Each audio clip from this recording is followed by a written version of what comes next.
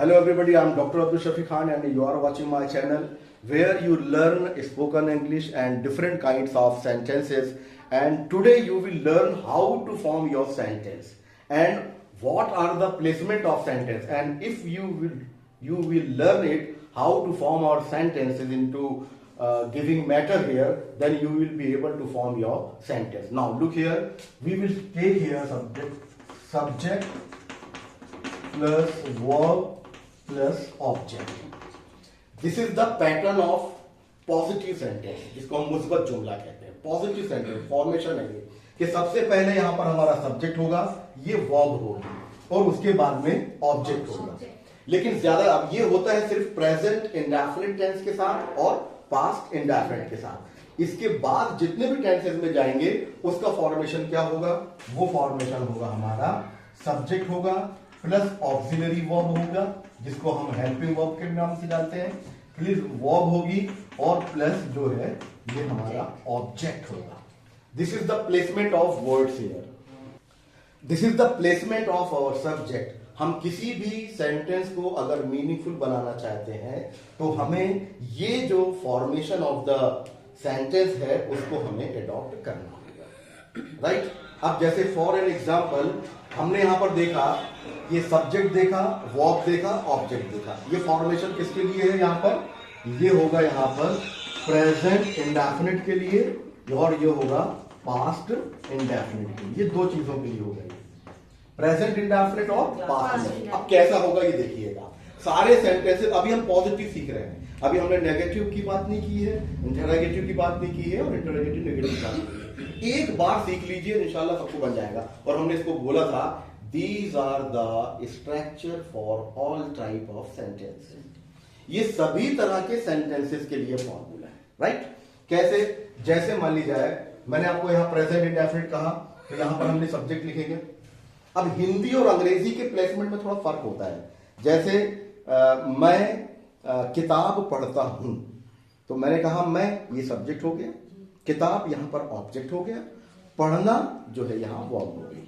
ठीक है ना? तो ये हिंदी का प्लेसमेंट हुआ, मैं किताब पढ़ता हूं, सब्जेक्ट सब्जेक्ट ऑब्जेक्ट फिर वर्ब आ गया. लेकिन अंग्रेजी में क्या होता है? ऐसा नहीं होता, उसमें होता है सब्जेक्ट वर्ब ऑब्जेक्ट. तो अब इसका ट्रांसलेट एक बार सीख लेंगे तो इंशाल्लाह आपको हमेशा समझ में आ जाएगा. ये लिखा मैंने, मैं किताब पढ़ता हूं, मैं किताब पढ़ता हूं. ठीक है, मैं किताब पढ़ता हूं. तो अगर उर्दू में लिखेंगे तो कैसे लिखेंगे? मैं किताब पढ़ता हूं. Is it right?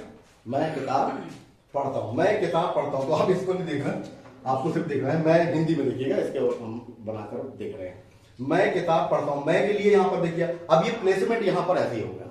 अब यहां आप सब्जेक्ट को चेंज करते चले जाएंगे, प्रैक्टिस करेंगे आप. बॉयज लड़के किताब पढ़ते हैं, लड़कियां किताब पढ़ती है, मेरा भाई किताब पढ़ता है, ठीक है ना, मेरी माँ किताब पढ़ती है. ठीक है, और जितने भी सब्जेक्ट हैं वह किताब पढ़ता है, वह किताब पढ़ती है ना. इस तरह जैद किताब पढ़ता है, फातिमा किताब पढ़ती है. तो ये अलग अलग हमारे जब सब्जेक्ट आएंगे तो वर्ब हमारी किस नौइयत की होगी या वर्ब में क्या चेंजेस आएंगे उसको हमने एक बार समझ लिया तो सारे सेंटेंसेस हमारे बन जाएंगे. तो हम यहां देख रहे हैं मैं किताब पढ़ता हूं. तो हमने यहां पर क्या देखा? ये जो हमारा सब्जेक्ट है, देखिए सब्जेक्ट यहां कई तरह से चेंज होगा. यहां सब्जेक्ट में आप नाउन्स का यूज करेंगे, आप नाउन्स का यूज करेंगे, है ना, और या प्रोनाउंस का यूज करेंगे. किसका यूज करेंगे यहां पर? नाउन्स का या प्रोनाउंस. ये ध्यान रखना हमको. अब यहां पर मैंने कहा मैं किताब पढ़ता हूं तो ये प्रोनाउन हो गया. यहां पर मैं के लिए क्या आ गया? यहां पर आई. अब हमारा जो स्ट्रक्चर है, देखिए हिंदी के स्ट्रक्चर में और अंग्रेजी के स्ट्रक्चर में बेसिक ही फर्क है. ये प्लेसमेंट है हिंदी सेंटेंस के लिए. मैंने कहा था कि सेंटेंस का अर्थ होता है शब्दों की मीनिंगफुल जमावट, शब्दों की मीनिंगफुल जमावट. अगर कोई शब्द हमारा इस तरह से होगा, प्लेसमेंट होता है, तो वो मीनिंगफुल होगा. यानी अगर आप इसको इंटरचेंज करिए आप, जैसे मैं हूं पढ़ता किताब, तो ये लिख तो जरूर जा रहा है ये, लेकिन ये सेंसेबल नहीं है. हमें उसको अगर सही इजी वे में पढ़ना है तो मुझे पढ़ना होगा मैं किताब पढ़ता हूं, मतलब शब्दों की जमावट हमको इस वे में लेनी पड़ेगी। हम वर्ड्स की तरतीब को अलग अलग कर देंगे या डिफरेंट कर देंगे तो वो मीनिंगफुल नहीं होगा। तो मैंने यहां पे क्या लिया, आई। अब यहां पर ये पढ़ने के लिए कौन सी वर्ब आती है हमारी, रीड। और हमारा जो ऑब्जेक्ट है वो क्या है, आ बुक। ठीक है, मैं किताब पढ़ता हूं। यहां पर एक ही वर्ड है। यहां पे जनरली जो ए आर्टिकल का यूज करते हैं वो एक तादाद बताने के लिए करते हैं। जरूरी नहीं कि उसको हम एक किताब बोले। मैं किताब पढ़ता हूं भी सही है, मैं एक किताब पढ़ता हूं तो भी सही है। लेकिन हम चूंकि यहां पर वर्ड्स मीनिंग में नहीं जा रहे हैं, हिंदी में होता है एक शाब्दिक अर्थ और एक होता है भावार्थ। ठीक है ना, जैसे उसके सर पे गमों का पहाड़ टूट गया। अब गमों का कोई पहाड़ होता है क्या जो उसके ऊपर टूट रहा है? ये तो कहने की बातें रहती हैं कि हम हर चीज का शाब्दिक अर्थ नहीं लेते। ठीक है ना, हम क्या लेते हैं, उसका भावार्थ लेते हैं, यानी उसका सेंस लेते हैं कि क्या कहा जा रहा है। Same thing happens here, I read a book, मैं किताब पढ़ता हूं। अब यहां पर आप सब्जेक्ट को चेंज करते चले जाइए। आपको ये रूल्स सीखना पड़ेगा कि प्रेजेंट इंडेफिनिट में क्या होता है। मैंने आपसे क्या कहा था, सिंगल सब्जेक्ट के साथ में सिंगल नंबर की वर्ब आती है। आप उसको याद रखिएगा कि जिस तरह से नाउन्स हमारे सिंगुलर और प्लूरल फॉर्म में होते हैं, ठीक उसी तरह से वर्ब भी हमारी सिंगुलर और प्लूरल फॉर्म में होती है। ठीक, फर्क क्या बताया था मैंने आपको कि वर्ब जो होती है अपने आप में प्लूरल फॉर्म में होती है, जबकि नाउन्स को हमें प्लूरल फॉर्म में बनाना है। यही बात है ना। और ये आई जो है ये फर्स्ट पर्सन है। आई क्या है, फर्स्ट पर्सन है, तो ये प्लूरल की तरह बिहेव करता है। किसकी तरह करता है, प्लूरल, यानी इसके साथ जो वर्ब आएगी वो प्लूरल फॉर्म में आएगी। राइट, तो यहां पर हमने लिखा मैं किताब पढ़ता हूं, आई रीड अ बुक। अब इसको हम पढ़ते चले, हम प्लूरल के फॉर्म ले। लड़कियां किताब पढ़ती हैं तो क्या हो जाएगा, गर्ल्स रीड अ बुक। ठीक है ना, गर्ल्स रीड अ बुक।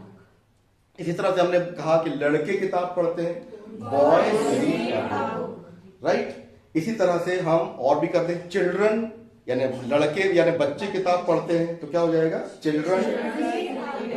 अब ये हमको पता होना चाहिए कि जो चाइल्ड है वो सिंगुलर फॉर्म है नाउन का और चिल्ड्रन जो है वो प्लूरल है। तो ये जो एक हमारी जो बेसिक स्टडी होती है वो अगर हम कवर करते चले जा रहे हैं तो वो सारी चीजें समझ में आ जाती हैं। ठीक है, तो अब आपको समझ में आ गया ये प्लूरल। अब तुम किताब पढ़ते हो तो क्या हो जाएगा, you read a book, you read a book. ठीक है, अब यहां से हम आते हैं सिंगुलर नंबर पर, ही शी इट लेकर। अब ये सिंगुलर नंबर का हमारा सब्जेक्ट हो गया, तो वर्ब भी हमारी क्या होगी, सिंगुलर नंबर की होगी। तो हमें सिंगुलर नंबर वर्ब को क्या करना पड़ेगा, बनाना पड़ेगा, अकॉर्डिंग टू वर्ब चेंज करना पड़ेगा। तो ये यहां पर क्या हो जाएगा, आई की जगह हम यूज कर रहे हैं खाएगा ही, तो इसमें क्या तब्दीली आएगी, ये रीड्स हो जाएगा। वेरी गुड, ये हो जाएगा read. He reads a book, वह किताब पढ़ती है, शी रीड्स अ बुक। ठीक है ना, फातिमा किताब पढ़ती है, फातिमा रीड्स अ बुक। अब दुनिया की कोई भी ताकत बोले कि फातिमा रीड अ बुक होता है तो मानोगे क्या, नहीं मानेंगे। ठीक है ना, जैद किताब पढ़ता है तो क्या होगा, जैद। मेरा भाई किताब पढ़ता है, my brother reads a book, हो गया सिंगुलर नंबर हो गया। मेरी बहन किताब पढ़ती है, my sister reads a book. तो मतलब ये हुआ कि ये हमने प्रेजेंट इंडेफिनिट में देखा पॉजिटिव सेंटेंस में कि यहां सब्जेक्ट अगर चेंज होता है तो वर्ब के फॉर्म में सिर्फ सिंगुलर और प्लूरल का चेंज होता है। एक और बात यहां समझना, हमेशा हर एक टेंस में ये होता है कि जो वर्ब के इशारे पे ही सब्जेक्ट काम करता है या सब्जेक्ट के इशारे पर ही वर्ब चलती है। ये इनका दोनों का कनेक्शन है। जिस तरह से सब्जेक्ट हमारा चेंज होगा उस तरह से वर्ब चेंज होगी। ये हमेशा ध्यान रखिएगा कि सिंगुलर नंबर का सब्जेक्ट है तो सिंगुलर नंबर की वर्ब यहां पर रहेगी। इतनी बात समझ में आ गई आपको। तो पॉजिटिव सेंटेंस जो है, अब ये क्या करें हम, इसको हम जितनी ज्यादा प्रैक्टिस करेंगे, सेंटेंस बनाए हिंदी में, है ना, और उस हिंदी में बनाने के बाद उसको हम अंग्रेजी में क्या करें, उसको ट्रांसलेशन करें। फॉर एन एग्जाम्पल, जैसे मेरा भाई पतंग बनाता है, सिंपल सेंटेंस है, मेरा भाई पतंग बनाता है। तो मेरे भाई के लिए हम क्या करेंगे, माय ब्रदर। बनाने के लिए कौन सी बात आएगी, मेक आएगी। तो क्या हो जाएगा उसका, my brother make a fry. तो ये हो गया हमारा ये वर्ब का फर्स्ट फॉर्म। अभी मतलब ये हुआ कि प्रेजेंट इंडेफिनिट में वर्ब का फर्स्ट फॉर्म यूज किया जाता है और उसमें चेंज आता है अकॉर्डिंग टू सब्जेक्ट। क्लियर हो गया यहाँ पर। अब जैसे मान ली जाए मेरी माँ खाना पकाती है, my mother कुक्स food. My mother singular number है तो क्या आ जाएगा वर्ब में एस लगेगा तो क्या हो जाएगा कुक्स फूड। ठीक है ना। मेरी बहनें खाना पकाती हैं, yes my sister's cook food, है ना। कुछ चीजों में इसमें आर्टिकल नहीं लगेगा, फूड में। अच्छा ये भी देखिए आप बच्चों को बताइए यहाँ पर, जब हम बोलते हैं क्या फूड तो इसमें इसको खींच के बोला जाता है, फूड कहा जाता है, फूड नहीं कहा जाता। GOOD गुड नहीं होगा, गुड होगा। यही तो अंग्रेजी है। GOOD गुड, इसको झटके से बोलेंगे, खींच के नहीं बोलेंगे। गुड, GOOD गुड, ठीक है ना। और FOOD food, it is not food. जो कहते हैं फूड लेकर आया, food inspector, no food inspector, right. तो ये अंग्रेजी में ऐसा भी है कि एक ही वर्ड होता है, वो डिफरेंट तरह से मीनिंग को क्रिएट करता है। It depends on their native speakers. Native speakers क्या होता है, अंग्रेजों ने जो कहा उनको हमें क्या करना है, इमिटेट करना है। Native speaker whatever they have said we should try to imitate them. अंग्रेज नेटिव स्पीकर्स थे, उन्होंने जिन वर्ड्स की अदायगी जैसे की है हम वैसे करेंगे। अरेबिक अगर आपको पढ़ना है तो अरब जैसे प्रोनाउंशिएट करते हैं, उनका जो तलफ्फुज होगा, उनका जो मखरज होगा, कहते हैं ना मखरज और तरतीब के साथ हमें कुरान पाक पढ़ना चाहिए।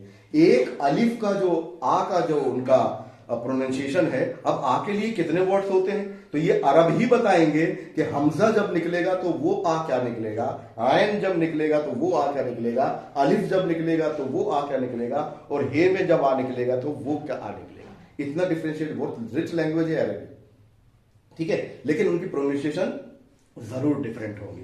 तो ये हमारा हो गया ही रीड्स अ बुक, मेरा भाई खाना पकाता है, ये हो गया हमने जो हमने कहा, ठीक है।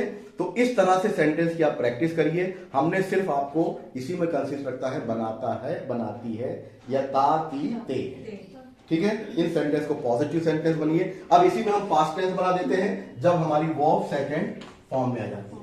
इसकी पहचान क्या है कि पास्ट इंडेफिनिट का जो सेंटेंस होता है उसमें है, था और गा गी गे कुछ नहीं लगता। जैसे तुमने पतंग बनाई या तुमने अंग्रेजी सीखी, मैंने अंग्रेजी सीखा। अब ये है नहीं बोलेंगे, इसमें था भी नहीं बोलेंगे, नहीं तो टेंस इसका चेंज हो जाएगा। मैंने अंग्रेजी सीखी, मेरे भाई ने मुझे बुलाया, हम बाजार गए, स्कूल बंद हुआ, है नहीं, था नहीं और गागी गए नहीं, वो होता है पास्ट इंडेफिनिट। और इसमें आपका ये आपको दिक्कत से आप यहां पर फ्री हैं, यानी सारे सब्जेक्ट के साथ वर्ब का सेकंड फॉर्म आना है, तो पास्ट इंडेफिनिट में आपके लिए कोई दिक्कत की बात नहीं है। वर्ब का सिंगुलर प्लूरल बनाना याद रखिएगा, सिर्फ प्रेजेंट इंडेफिनिट टेंस के साथ होता है, बाकी किसी भी टेंस के साथ ये दिक्कत नहीं है। सिर्फ और सिर्फ प्रेजेंट इंडेफिनिट के साथ आपको ये मलहूज रखना है कि सिंगुलर नंबर सब्जेक्ट के साथ सिंगुलर नंबर की वर्ब आएगी, राइट। अब पास्ट क्या हुआ, पास्ट में क्या हुआ कि वे बाजार गए, तो वे के लिए क्या आ जाएगा, दे, और जाने के लिए अब याद करना पड़ेगा आपको 5 form of the verb, go, went, gone, तो क्या हो जाएगा, वेंट टू द मार्केट। हमने अंग्रेजी सीखी, वी लर्नड इंग्लिश। माँ ने मुझे बुलाया, my mother called me, isn't it. माँ ने खाना पकाया, तो क्या हो जाएगा, माय मदर कुक्ड फूड। तो सारे के सारे सब्जेक्ट के साथ वर्ब का सेकंड फॉर्म आपको लगाना है। तो इंशाल्लाह आपको जरूर समझ में आ गया होगा कि ये जो फॉर्मेशन ऑफ द सेंटेंस है ये हमको यहां पर करना है कि सब्जेक्ट, वर्ब, प्रेजेंट इंडेफिनिट और पास्ट इंडेफिनिट का यूज हमने किया। So these are the formation of the sentence whenever you are going to make your sentence into present indefinite tense or simple present tense and past indefinite tense. You will form this kind of sentence here. Present indefinite subject plus verb, verb s, es या i, es इसके साथ बनाना होगा, और आपको जब past indefinite में होगा तो हमेशा you should use your second form of the verb. So please keep watching me, and if you have not subscribed my channel, please subscribe. Thank you very much.